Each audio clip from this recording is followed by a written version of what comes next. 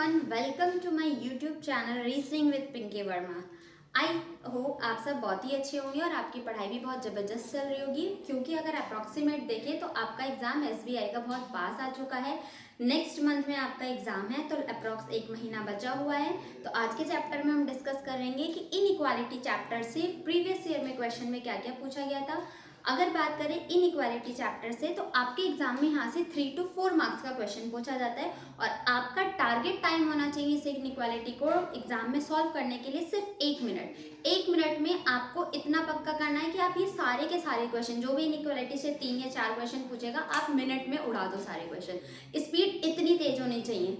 आओ देखते हैं कि इसका बेसिक कंसेप्ट क्या है। प्रीवियस ईयर क्वेश्चंस हैं जो आपके एग्जाम में आ चुके हैं एसबीआई क्लर्क में। तो मेन कंसेप्ट आपके सामने स्टेटमेंट गिवन होगा, कंक्लूजन 2 या 3 भी दे सकता है और इससे रिलेटेड 5 ऑप्शन होते हैं, जिस 5 ऑप्शन में बताया जाता है only first follow, second follow, third both follow, या फिर ईदर और, या फिर नीदर नॉर। अगर इसमें 3 ऑप्शन होते हैं उसके हिसाब से वो ऑप्शन भी फिक्स करता है। अब बेसिक कंसेप्ट इसमें क्या होता है, कुछ सिंबल का यूज कर रहे होते हैं, ग्रेटर,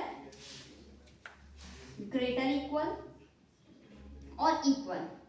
अब जब भी आपके किसी भी दो एलिमेंट के बीच में किसी भी, this is known as element, like that FRED, ऐसे इसको हम एलिमेंट बोलते हैं।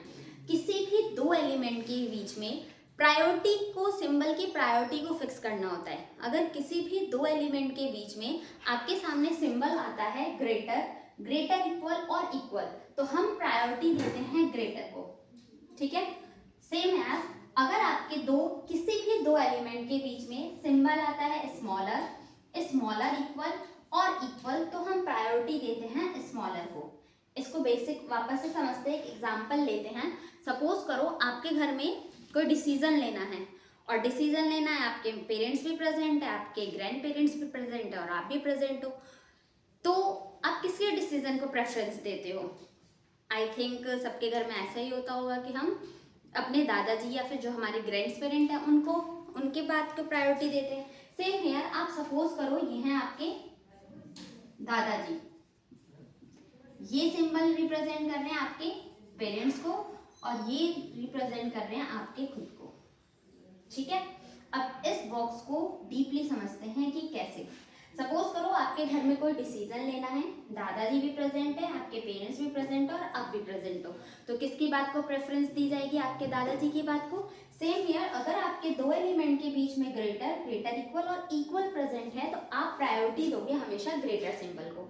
ठीक, फिर स्मॉलर या स्मॉलर इक्वल और इक्वल प्रेजेंट है, तो आप प्रायोरिटी दोगे स्मॉलर को। सपोज करो किसी वजह से दादाजी आज मार्केट चले गए हैं, आपको क्या करना है? अब पापा से कोई डिसीजन पूछना है, दादाजी तो घर में है नहीं, या फिर पेरेंट्स से, अपने मम्मी से कुछ डिसीजन लेना है। तो अगर किसी भी दो एलिमेंट के बीच में दादाजी का रोल है ही नहीं, तो सिंबल कौन कौन सा सिंबल बचा आपका? ग्रेटर इक्वल और इक्वल, तो फिर आप प्रायोरिटी दोगे ग्रेटर इक्वल को, दैट इज पेरेंट्स की बात चलेगी। अगर बाय गलती से घर में पापा जी भी नहीं है, मम्मी भी नहीं है, दादा भी नहीं है, फिर आपका राजा, आप पूरे घर में आतंक मचाओ, उससे हमें कोई लेना देना नहीं है। अब इन्हीं कंसेप्ट को अप्लाई करेंगे अपने क्वेश्चन में, और आओ देखते हैं सॉल्व कैसे करना है, बिल्कुल बहुत तेजी के साथ से। फर्स्ट क्वेश्चन आपके सामने ये देना है और आप सबसे पहले कंक्लूजन पे जाओगे। स्टेटमेंट से आपका कोई लेना देना नहीं है, सबसे पहले आप कंक्लूजन पे जाओ और कंक्लूजन में ये देखो किस किस एलिमेंट की बात हो रखी है। यहाँ पर आर से जे जाना है, आपका आर ये रहा और जे ये रहा। इन दोनों एलिमेंट के बीच में कौन कौन से सिंबल आ रहे हैं? ग्रेटर, ग्रेटर इक्वल और ग्रेटर इक्वल। ग्रेटर भी है, इक्वल भी है, ग्रेटर इक्वल भी है, तो प्रायोरिटी किसको देते हैं? ग्रेटर को। तो यहाँ पर ग्रेटर सिंबल आ रहा है, आर की तरफ ग्रेटर है, that is this conclusion will be follow.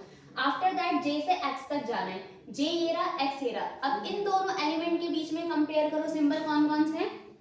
Smaller equal और ग्रेटर। तो देखो वो सॉरी स्मॉलर, तो स्मॉलर इक्वल और स्मॉलर सिंबल है, दैट इज घर में कौन कौन प्रेजेंट है? दादाजी हैं, पेरेंट्स है, किसकी बात को प्रेफरेंस दी जाएगी? आपके दादाजी को। और दादाजी का फेस किस तरफ है? एक्स की तरफ है, दैट इज जे स्मॉलर हो जाएगा एक्स में। ये भी कंक्लूजन आपका सही हुआ, तो यहाँ पर आंसर आप मार्क करोगे both follow. I think are you getting my point? Okay, let's come on the next question. अब देखो इसका कंक्लूजन क्या होगा? सेम एज ए से एम तक जाना, बिल्कुल टाइम नहीं लगाना, सडन रिएक्शन आना चाहिए आपका ब्रेन में। फर्स्ट इंप्रेशन क्या बन रहा है क्वेश्चन को देख के, ये एकदम से रिएक्शन आना चाहिए। फर्स्ट ऑफ ऑल देखो ए से एम तक, ए ये रहा एम ये रहा, ए से एम में देख रहे हो तो ग्रेटर ग्रेटर इक्वल और ग्रेटर, तो सिंबल ग्रेटर का आना चाहिए प्रेफरेंस।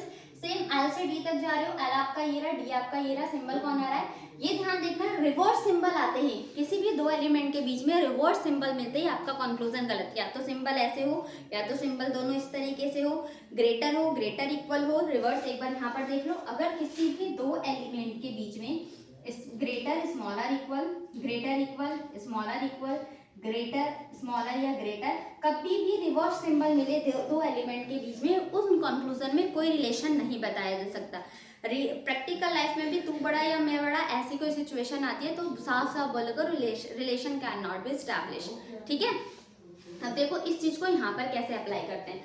जैसे हमने यहाँ पर देखा एल से डी के बीच में, एल ये रहा डी ये रहा, एल से डी के बीच में सीरीज ब्रेक हो गई ना, आप एल और डी के बीच में रिलेशन ही नहीं बता पाओगे। That is this situation is formed as a can't say, कुछ नहीं कहा जा सकता इन दोनों के बीच के रिलेशन में, तो रिवर्स सिंबल मिलते ही कंक्लूजन गलत हो जाता है। इसमें आपका आंसर आ जाएगा ओनली फर्स्ट फॉलो।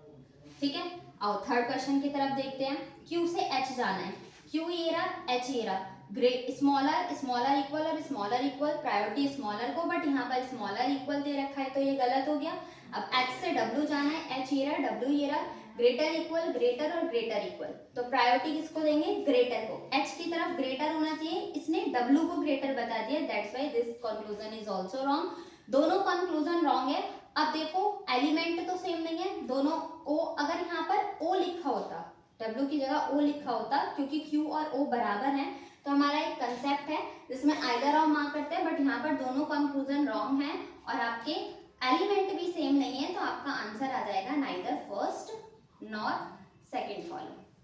ठीक है, नेक्स्ट क्वेश्चन, क्वेश्चन नंबर 3 तक आप समझ चुके हो। क्वेश्चन नंबर 4 में देखते हैं। देखो एल से के तक जाना है, एल ये रहा के ये रहा, इन दोनों के बीच में सिंबल कौन से आ रहा है। अगर आपसे पूछा जाए एल और के बीच में रिलेशन बता दो, एल और के बीच में स्मॉलर इक्वल इक्वल और स्मॉलर इक्वल, प्रायोरिटी किसे देंगे, स्मॉलर इक्वल को। कौन स्मॉलर इक्वल, के स्मॉलर इक्वल हो जाएगा।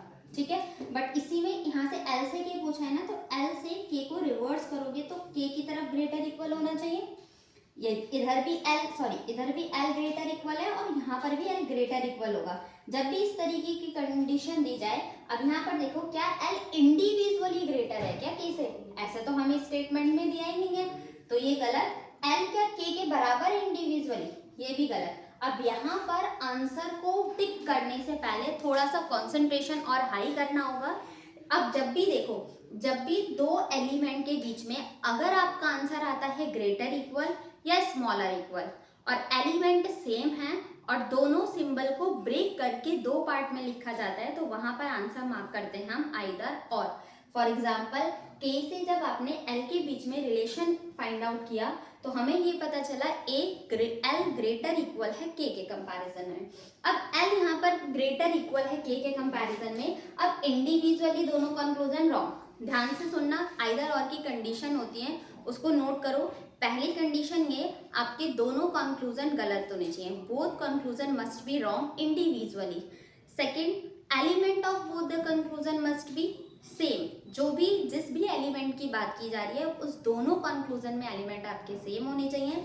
और फिर केस नंबर 3 में ये आता है, कंडीशन नंबर 3 में आप ये बोलोगे कि जब भी आपका आंसर ग्रेटर इक्वल और इक्वल आता है और इसी सिंबल को, ग्रेटर इक्वल या स्मॉलर इक्वल, तो इसी सिंबल को ब्रेक करके दो पार्ट में लिखा गया हो। जैसे कि यहाँ पर ग्रेटर इक्वल था, एक बार एल को ग्रेटर बता रखा है और एक बार एल को इक्वल भी बता रखा है के कंपैरिजन में, तो यहाँ पर आप आंसर मार्क करोगे आइदर फर्स्ट और सेकंड फॉलो। ठीक है, और नेक्स्ट क्वेश्चन में देखते हैं। अभी तक तो ये सिंगल स्टेटमेंट के क्वेश्चंस थे, एग्जाम में डबल स्टेटमेंट और ट्रिपल स्टेटमेंट के भी क्वेश्चन आते हैं जिसको आप बोलते हो कॉमा वाले क्वेश्चन। ठीक है, उसमें हमें लिंक कॉमन एलिमेंट को ढूंढना पड़ता है।